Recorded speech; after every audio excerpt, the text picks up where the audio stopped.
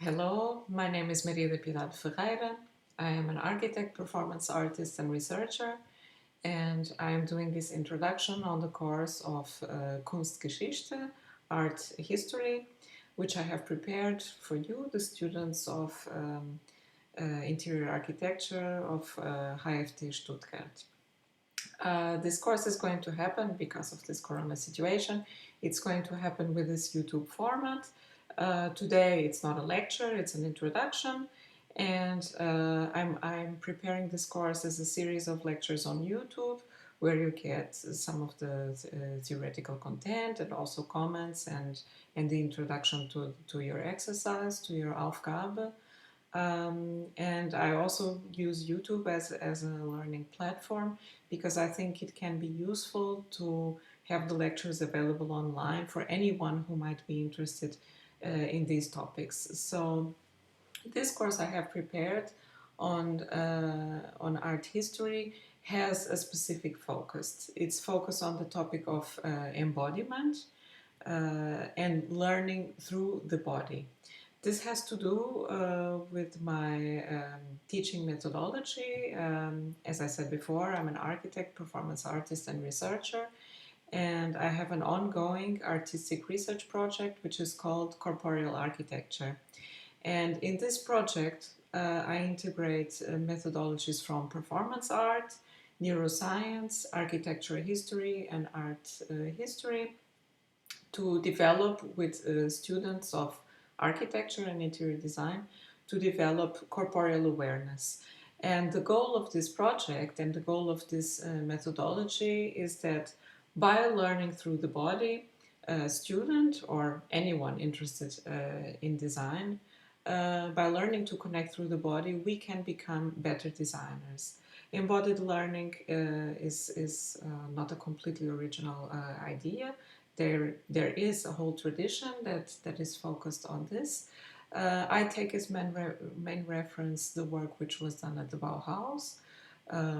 Many of the masters of the Bauhaus really believed in this idea of learning by doing and learning through the body. My methodology is specifically influenced by the work of Oskar Schlemmer, who used performance art as a learning tool. Oskar Schlemmer also integrated in his courses at the Bauhaus ideas from philosophy, from psychology, from biology, and of course design. And these ideas were made into form. They were manifested in performances, theater productions, and stage designs. And this is the reference that we are using also for this course. And it's one of the main references of my work and my approach to teaching. So what we are going to discuss here, we are going to, through the lectures, I will address a series of theoretical topics which cover, of course, uh, art history, the topic of art history. So I will discuss the work of different authors, for example, Abi Warburg and also Ernest Gombrich, and also theories of German aesthetics, for example, the empathy theories, which were developed in the late 19th and early 20th century.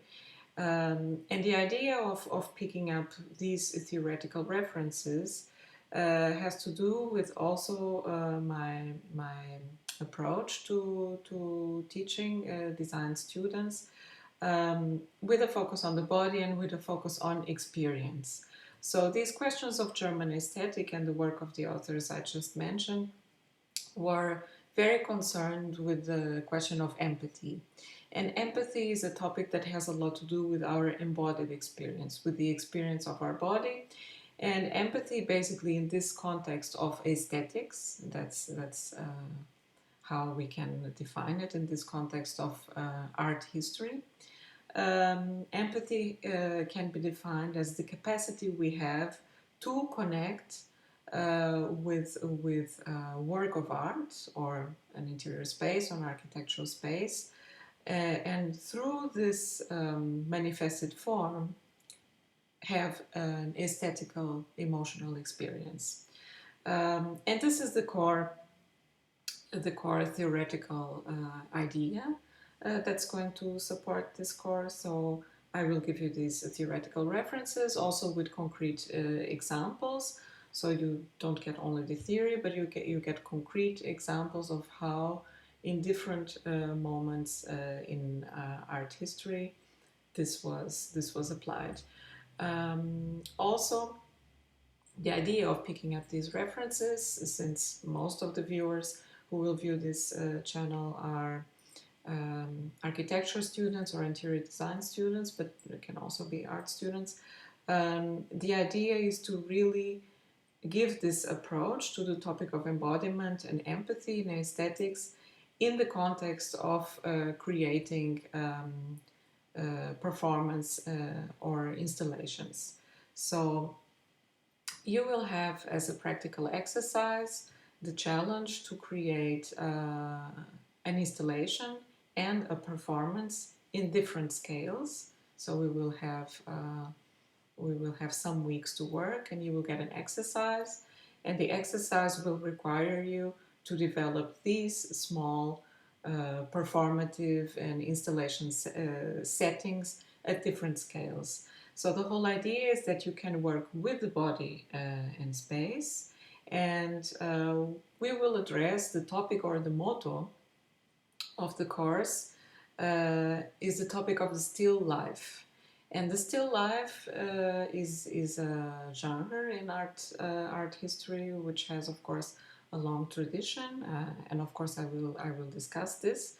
Um, and I got this idea of working with the topic of still life because, of course, it has to do with objects and how objects and relationships in a representational field represent can represent metaphysical ideas, philosophical concepts, and relationships.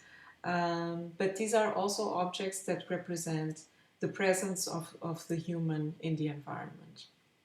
So, and I thought that since we are living now under these very restricted conditions, I took as a reference the idea of the still life as it was picked up by Picasso and Braque in the 20th century when they were between wars, also experiencing some situations of confinement. Picasso and Braque were living in a very small apartment in Paris, had already burned all the previous drawings and paintings they had just to be able to keep themselves warm, and they were living with very, very reduced means on a very, very small space. So they were living in a way a little bit in a corona situation.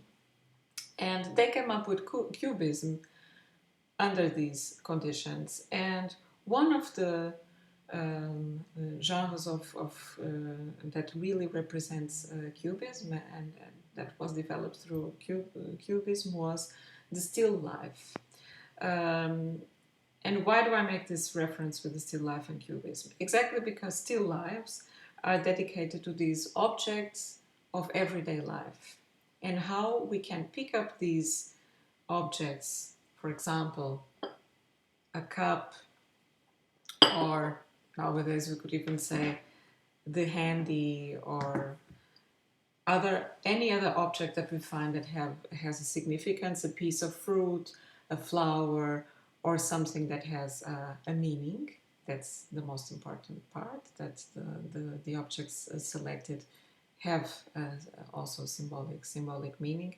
And how can we pick up this idea to create a small staged atmosphere and a small staged experience? So we will start with a small scale, and then we can extend it further and further. So the whole idea is that I know that most of you are living in your room, or perhaps you have more than one room, but the whole idea is that you can, like the cubists who only had these objects which were at hand's reach, what they had available in their immediate surrounding, that you can pick up these objects you have and create a staged situation and create an experience for the viewer. And this, of course, means that you will have to have an idea of a kind of story that you want to tell. These objects and the way you put these objects together will tell a story. So you have to think about the story, you have to choose the objects, and you have to explore the way you put the objects together. And we will do this, as I mentioned before, in different scales. We can do it first in the beginning with objects at a very small scale, so at hand's reach, cups, and so on and so on. Then we can do the same with bigger objects, for example, furniture. And it doesn't have to be many or a big setting. It can be just a chair and a table and a broom. So all these objects from daily life. And then we will go to the interior space, so a bigger scale. So whichever room you have, you can also transform somehow to tell this story. Then we will go to the next scale, which is the building, which means that you will go outside and choose a building where you can have some kind of interaction and perhaps change some properties of the environment or work with some properties of the environment. So create a staged situation with your own body and the building. So the still life gets more and more alive. It's not just the objects fixed in space. And then finally the urban scale, so that you can create or stage a situation in an urban setting. So for example, you can go to a square or any public space that you find and where you can create such a situation. So for the first stages I mentioned before, you can do this alone. For the building and for the urban space, I would like you to work in groups. So of course you have to respect the social distancing rules, but I think that this is also an interesting component for you. And it will also be an interesting record of time. So we will be able to see through the images. We will be able to see how these conditions now have affected the work which was produced. So the medium, of course, the medium you can use to develop this exercise is photo and video. You can also use collage. For example, you can choose which you find most appropriate. I will give you more information about Cubism on the first lecture, so you can already have a little bit more an idea. But I would say that, of course, the videos don't have to be very long. They can only be a few minutes, between 5 and 10 minutes. And I would say that I find it more interesting if you do both still images, photos and collages and videos, because we can have the two situations. We can have the fixed observer or the idea of the fixed observer with a flat image, which of course you can transform. If you make a collage, then you can see it from different angles and from different sides. That's exactly what Cubism did. And in fact, Cubism invented the collage. And then you can explore this same idea of the moving observer with video. So ideally, as you will get in the Aufgabe, where it will be more explained, you will have these two situations for all the different scales. So this is just a very short introduction, just to give you an idea how this is going to work. So every week you will get a lecture which gives you examples from art history of works of art, installations and performances that will also hopefully inspire you and give you some references of themes and topics that you can explore through the work. And to give you a little bit, you know, hopefully an inspiration, but also to show you that it's not impossible with very little means, with what you have at hand or in what you find in your environment, to create a story, you know, and to create a story with this, with these very experimental performances and installations. I also prepared something for you. I prepared a performative installation in my bathroom with some objects I selected from my collection of personal items, and I will upload this also on YouTube and send you the link. And I prepared this also with music. And the idea is that if you can, you don't have to. But if you would enhance your videos with music and text and voice and all these components that will give more and more feeling to the story you create, the better it would be. Also, it would be much more fun. You don't have to worry about doing something perfect. In fact, I really encourage you to have fun while doing this and to play. Every child knows how to do this exercise. Everybody who was ever a child and played with toys, did stories, created stories with whatever objects were around and talking and making a story and putting them together and exploring these things. Everybody knows how to do this exercise. So, free your mind from ideas of perfection. If you don't have a story to start with, choose the objects intuitively and see the story that develops. This can happen very organically. It doesn't have to be, perhaps while you're doing, you still don't really know where you go, and in the end you understand what the story is. Or you don't understand and you have to look at it sometimes and then, maybe, perhaps it could be this and that. And then perhaps you can add some sound, you can add a poem you remember, or a citation from a book, or something that you find that somehow enhances this idea. Yes, and the title of this exercise, which is based on the still life, is called Still Alive, because hopefully everyone who is participating in this course is still alive.